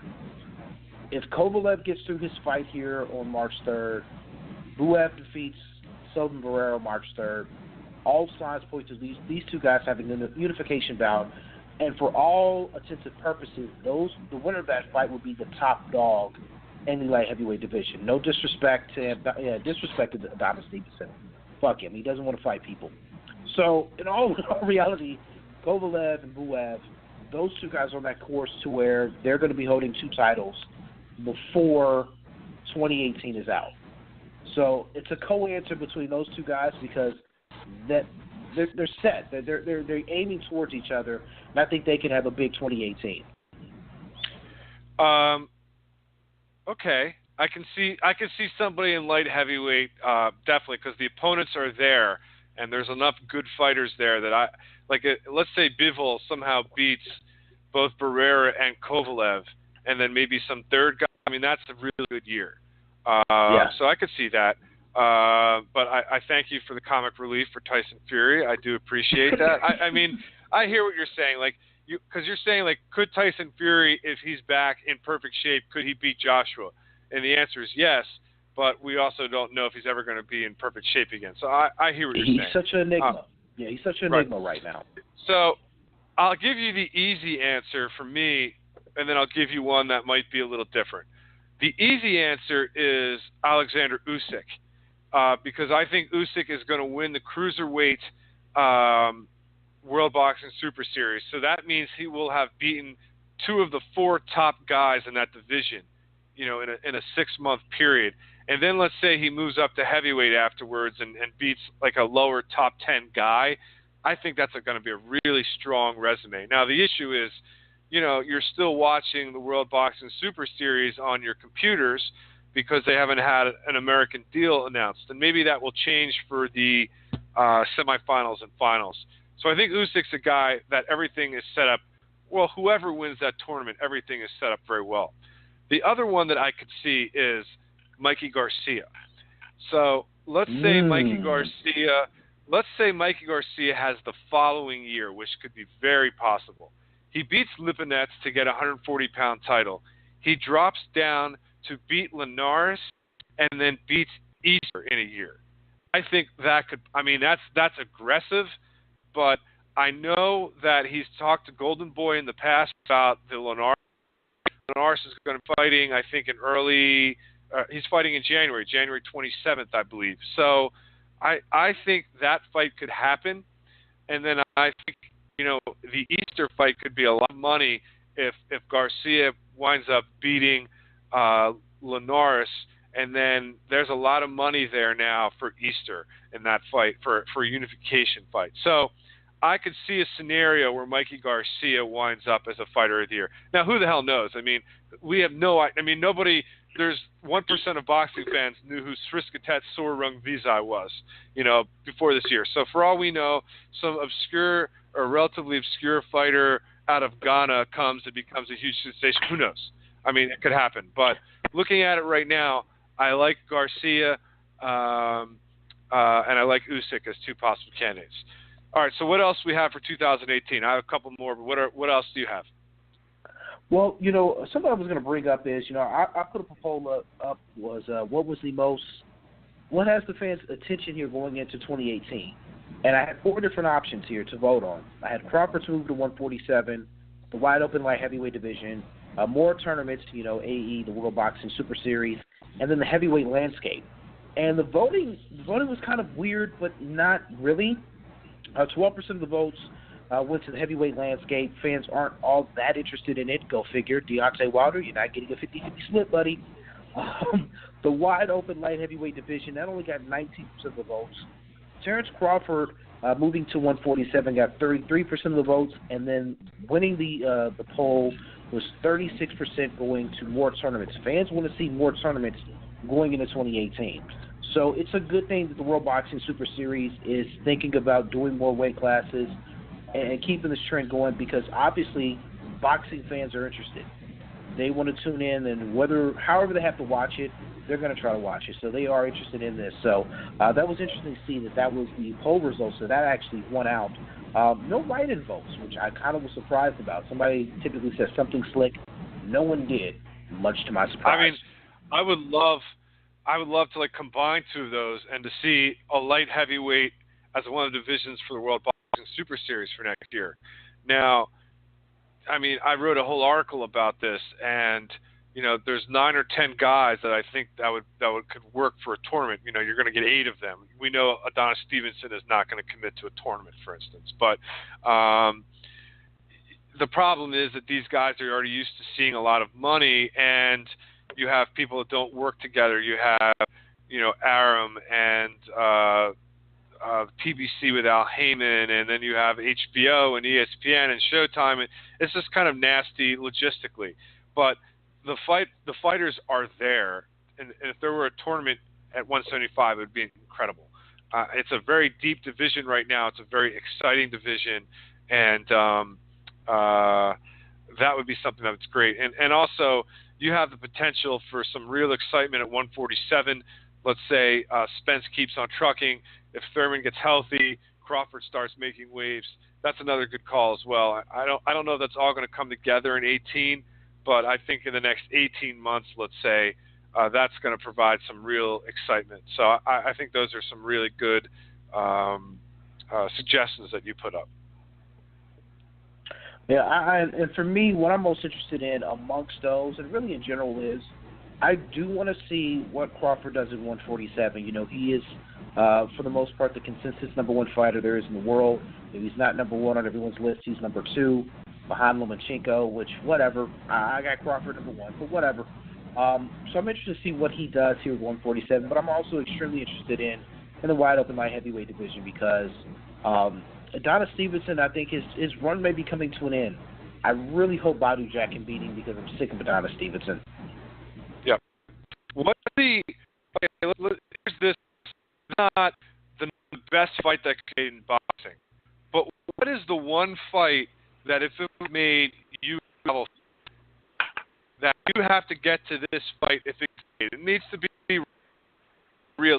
If there's one fight that could be made in 2018 that says, I got to get off my fucking couch and I'm going to go to see this fight. You know, I'm not going to watch this fight on HBO or Showtime or ESPN like I normally do. I'm going to go see this fight. I have to see it. Is there that one fight for you? I mean, I think I would probably say Crawford Spence, Crawford Thurman, some triangle of that. I could possibly say, okay, yeah, I got to go see that. Beyond that, there really isn't, because I'm not really itching to go see Golovkin, Triple G, Golovkin Canelo 2. Granted, I may end up being there the weekend it happens. So obviously, if I'm there, I'm going to try to go see it. But I'm not clamoring to go see it, because I already saw it the first time and I didn't really like the way it ended. So I got to go probably Spence versus Crawford will be that fight, because otherwise right now I'm not seeing anything that screams take my money. That would be the one I would say would take my money, or possibly, we'll just go with that one. There's no possibility. If that's the only one I would want to genuinely pay money to go see. I was thinking along the same lines as you there, and but the one because I think this fight can get made in 18, and that's the end of 18, which is Spence Thurman. So I'm going to that fight one way or the other if that fight gets made. So that's the one for me. And now I might go. I mean, I usually go to see 6 or 7 fight cards a year, so it's not that's the only fight I will go to. But that's the one for me that I'm on the list for. I mean, I don't care where it is. If it's in Barclays, I'm going. If it's in LA, I'm going. If it's in Dallas, I'm going. If it's in Clearwater, Florida, or Tampa, where Thurman lives, I'm going.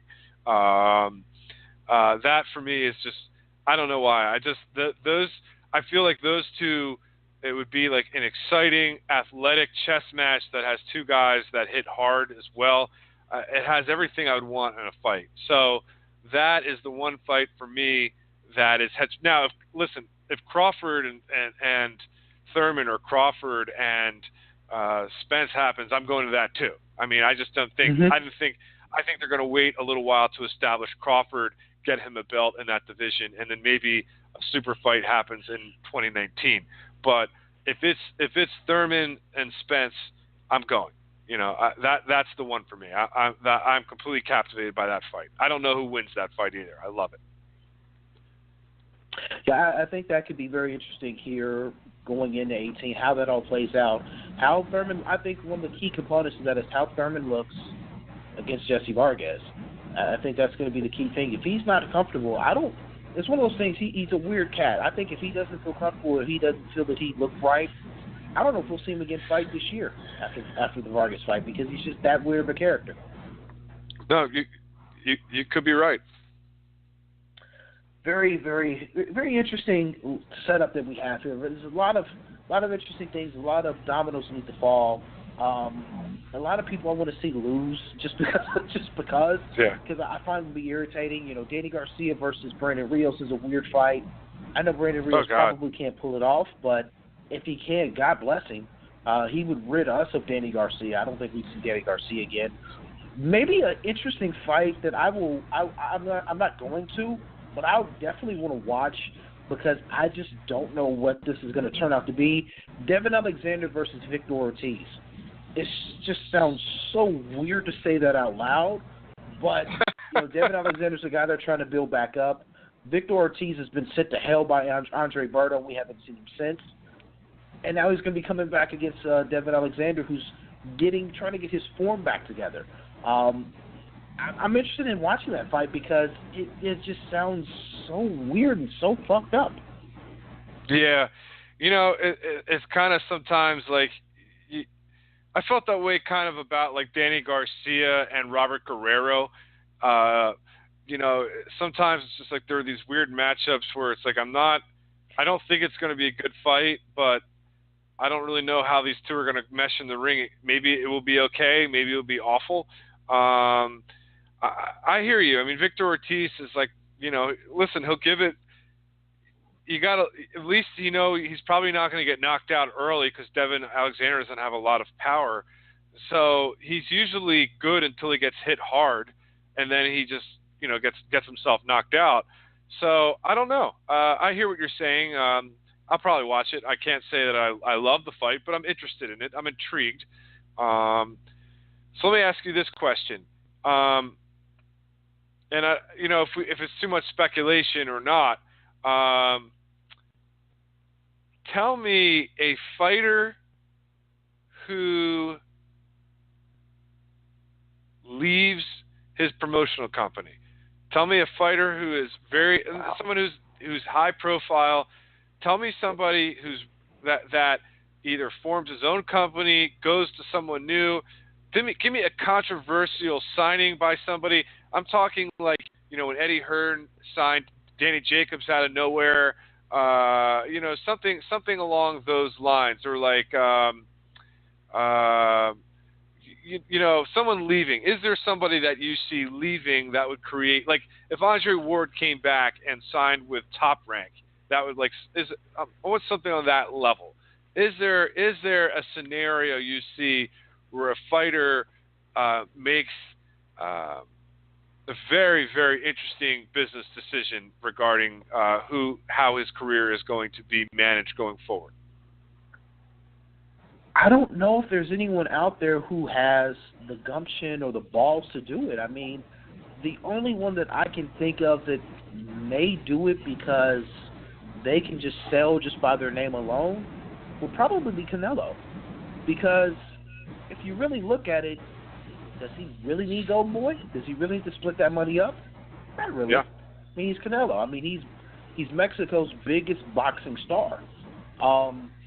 If he were to leave, I think, I'm not trying to be funny here, but Oscar may be on suicide watch because if you lose Canelo, and your Golden Boy, you have nothing. You literally have nothing. I mean, Oscar would have to come back, and he would have to try to see if he could bait Conor McGregor into a fight because they would have nothing promotional-wise to do. So, I mean, if anything, I could see that happening. I know you mentioned, Triple G may go off and try to do his own thing or kind of add on to K2 and maybe try to get some more of the money that way. I mean, I think I could still see him doing business with K2 because he just seems like a very loyal guy. But if anybody, I could see possibly Canelo leaving Golden Boy. Maybe on a smaller scale, we may see a couple more PBC fighters part ways. I do know for a fact there are some fighters in TMT stable who are not happy, but the way those contracts are laced, good luck with getting out of those. All right, I got one. I don't think he's like huge guy like on that level, but it would not surprise me. I'm not saying it's going to happen. I don't know anything.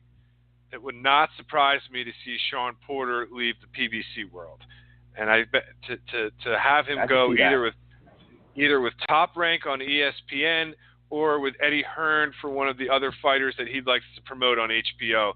I will say this, I know.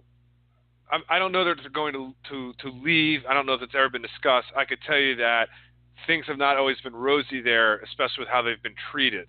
And they've kind of been. I think the world of Sean Porter. I think he's a really talented guy. I could see him leaving if there's a big fight to be offered in some other scenario, because he's the mandatory to Keith Thurman. Should he?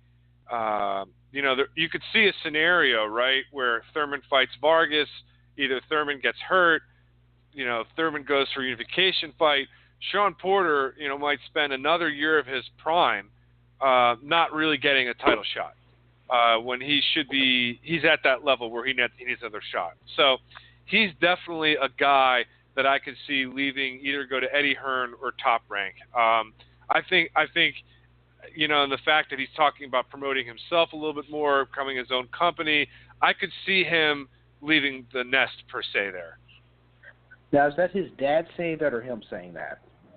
Well, his dad speaks for him, but if his dad does speak for him, that's what his dad has been, kind of hinting at. They're disappointed. They've had long periods of inactivity. Somehow Porter was the B-side to Andre Berto this year. I mean, how crazy is that? He's just I know. I mean, really. So he had 10 months of inactivity before that. I mean, he lost by like 1 round to Thurman, and some people are favored in the sport and some are not by their promoters. So Sean Porter is not one of the favored guys at PBC. It would not surprise me to see him leave at some point in time. Not saying it's going to happen. I don't know if it's going to happen. I'm just saying it wouldn't surprise me. I can see that. I think that's actually more of a realistic one heading into that, because I do think there are some guys who are not happy there. We've seen it, and I know you've seen a lot of them tweeting, PBC fighters tweeting when they saw Daniel Jacobs leave, and they were like, well, how did that happen? And they were all intrigued. So it wouldn't be surprising if you see that, especially if the dates start drying up and the opportunity that these guys ask to get released out of that contract, and Al still gets a cut as an advisor of some sorts, and they part ways and go with a different promoter. I can see that. Yep.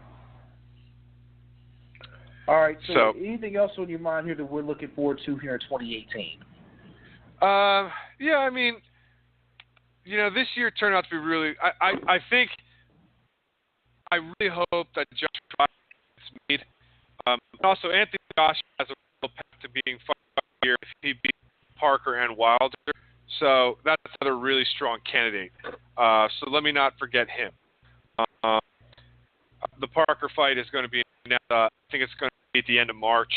And then that leads to like a September-October fight, perhaps with Wilder if it keeps going. Wilder will be fighting Luis Ortiz next.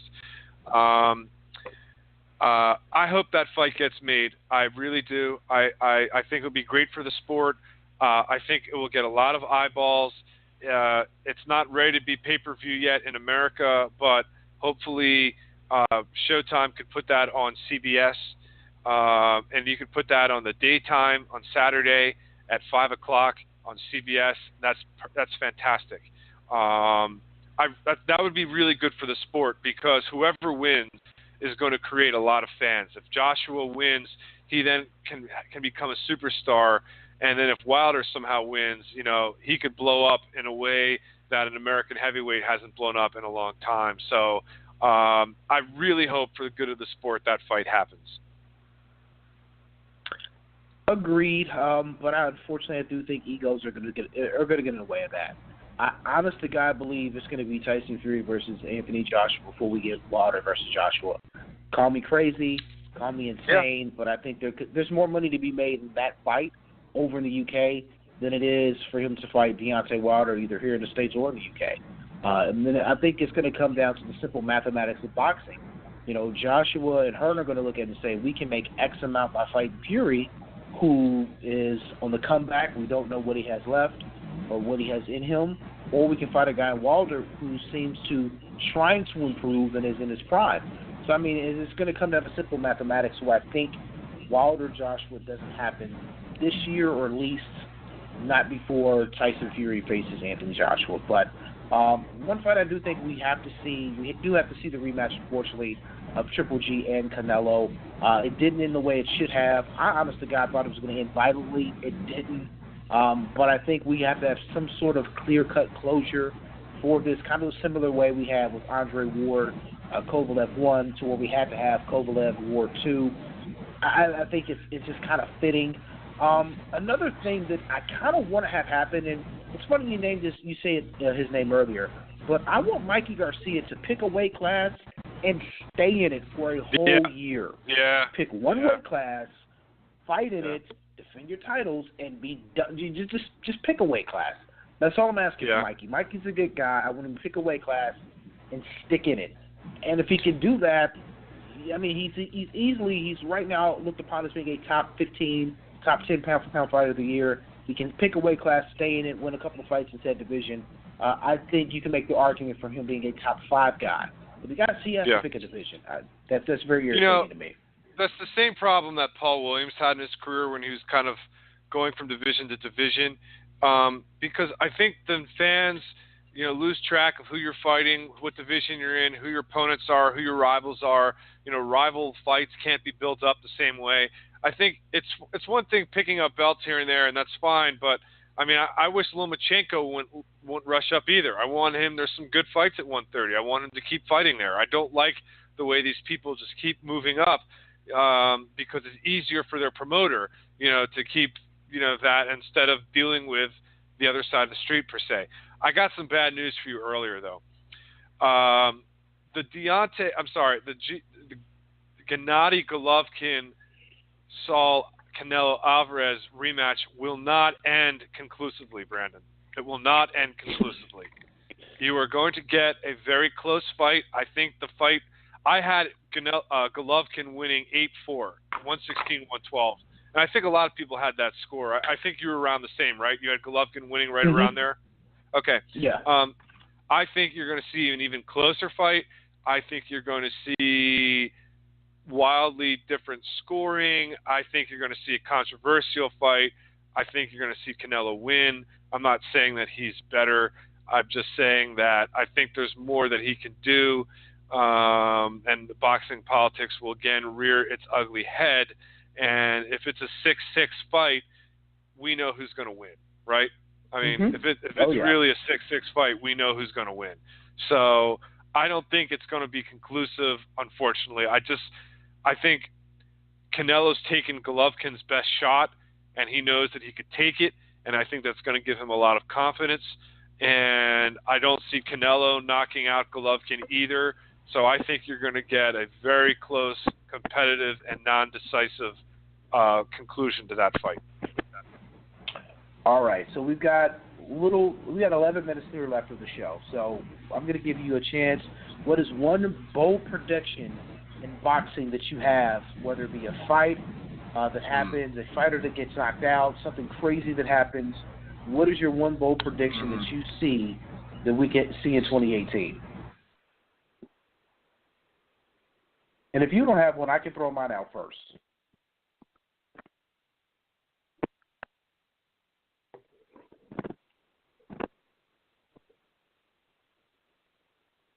Adam, you there?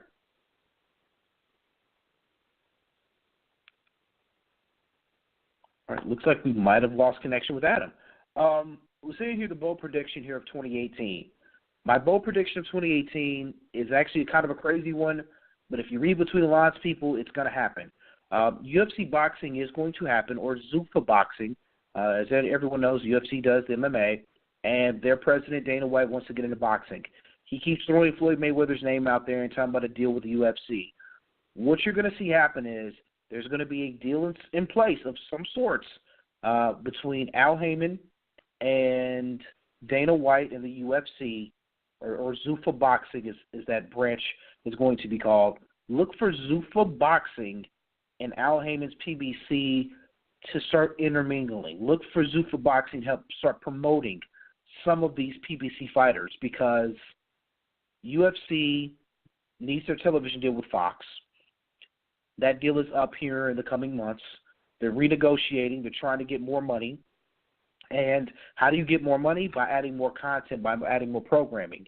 If they can somehow bundle both boxing and MMA in that bundle deal, they may be able to get more money out of Fox than what they're currently getting. So that's my bold prediction, is the UFC, Zuffa Boxing, and Al Heyman will have some sort of relationship going into 2018.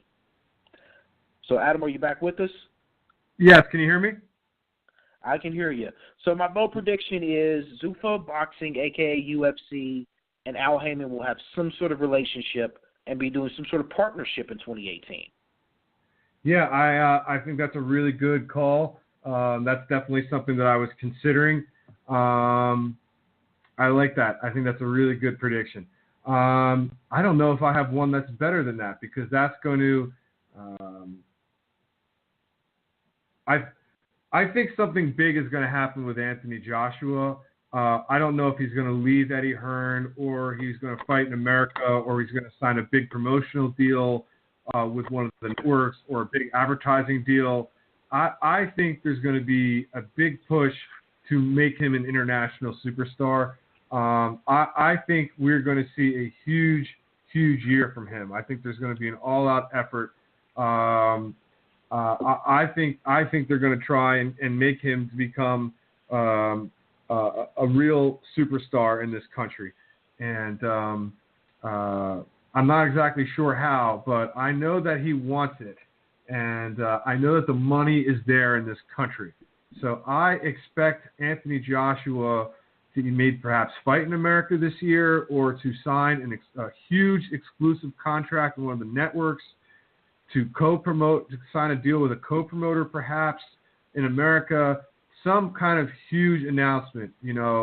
Anthony Joshua will be only fighting on CBS, something along those lines. I think Eddie Hearn's been feeling his oats a little bit in the United States. He's starting to understand the market. I think we're going to see something really big with Anthony Joshua in 2018. I think that would be big. I think that would be huge. And if the Wilder fight happens, if it's on CBS, I don't know if there can be anything bigger in boxing in 2018 that can triumph that, besides Floyd Mayweather coming back fighting, fill in the blank. I'm just shitting you guys. Come on now. No one cares about Floyd. He's over. It's done. It's a wrap. Somebody else I hope is done as a wrap is Manny Pacquiao. Poor Manny. Manny's kind of weird, man, and Bob Arum has a plan for him. Yeah, Bob has a plan for him. He's ready to cash you out, Manny. If you don't think you're about to get cashed out, you might as well just sign that contract, face Terrence Crawford after he beats Jeff Horn, get that last big bag of money you can get out of Bob Arum, sell off into the sunset with back-to-back losses, because you're not going to beat Terrence Crawford, and just call it a career. But those are two names I really don't want to bring up in 2018 at all. Floyd Mayweather, Manny Pacquiao. Let this be the first and the last time I bring their names up, unless they're actively fighting legitimate opponents in 2018. I hear you. And I think that's the plan. I think Pacquiao will fight Crawford this year. I think Bob Arum needs to make a big fight somewhere in his stable. That fight, it will do a lot to increase Terrence Crawford's marketability, and that will set him up perfectly for some bigger potential fights in 2019. So I do expect that fight to happen. That probably happens in next call. All right. Well, we're down here to.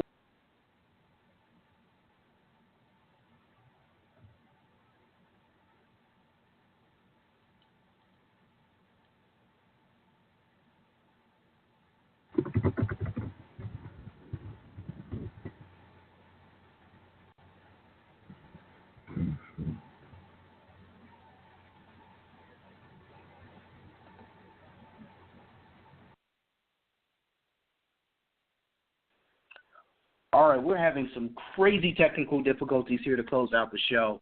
But I want to say thank you to everyone who's listening here this year, 2017. And we look to be doing bigger and better things here in 2018. Look for more interviews. Look for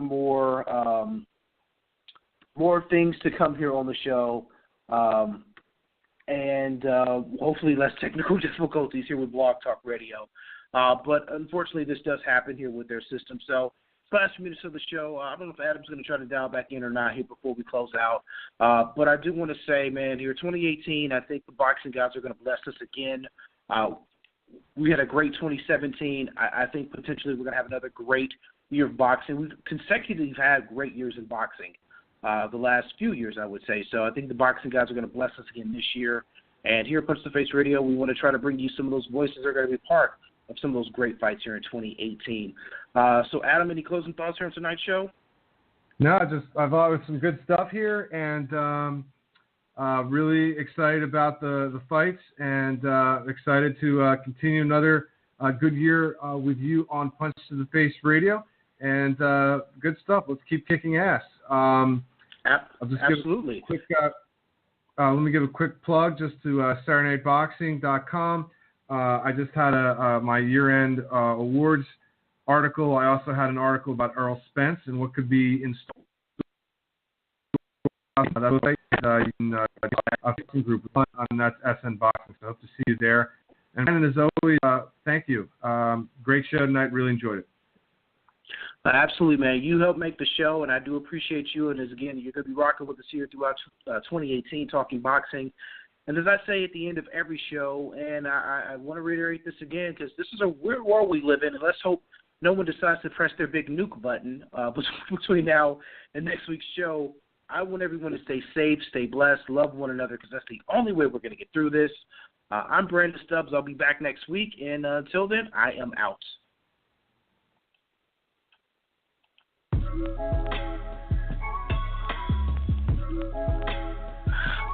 Crap, I had to pee.